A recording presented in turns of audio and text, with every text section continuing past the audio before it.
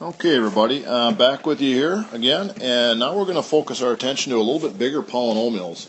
As you can recall, we've been multiplying a lot of binomials with a lot of binomials. And in our last two videos, we were looking at some special patterns. One being, if you have the same front piece and opposite back pieces, that this is the only time you'll have a binomial times a binomial, and the answer will still be a binomial. And that is because the guts, the middle terms, will drop out. So that was going to be just 4a times 4a, 16a squared, and then negative 3 times positive 3 is negative 9.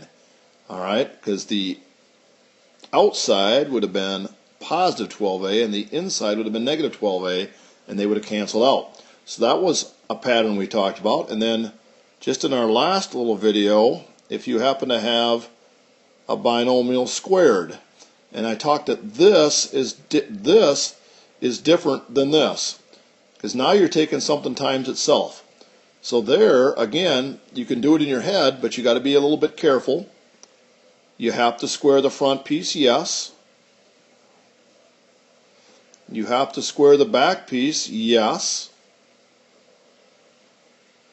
But then there's going to be a middle.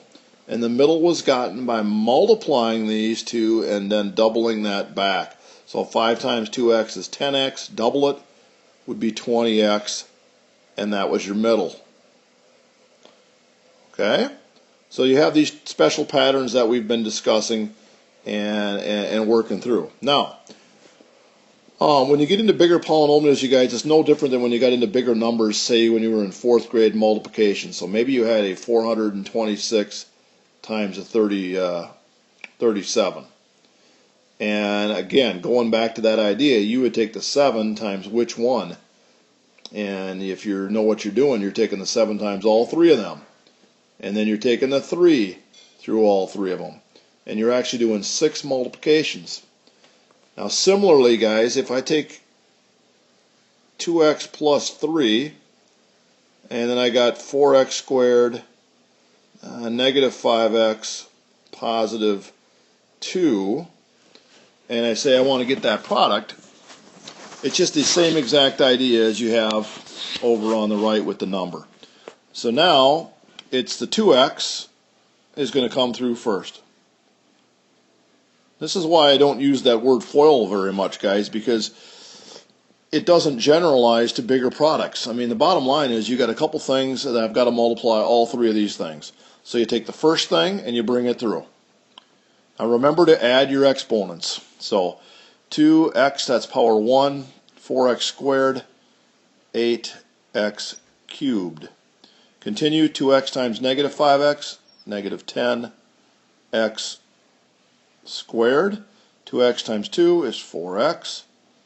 And now I'm halfway there, and I'm not living on a prayer. Okay, that's like I think Bon Jovi or somebody. That's a song. I'm not going to sing, guys.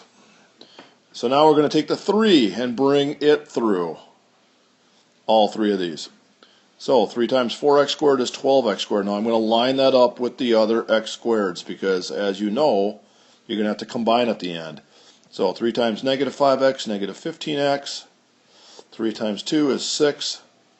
And you're just getting a bigger product, you guys. It's kind of like when you put a bigger engine in a car and it has more power, it has more capability, and that's what we have here. We have a larger polynomial. So 8x cubed, positive 2x squared, negative 11x, positive 6. Box it up, boom, and we got the idea there. All right, so that's kind of where we're at with that. All right, I'm trying to add. All right, guys. So this is an example of a binomial times a trinomial.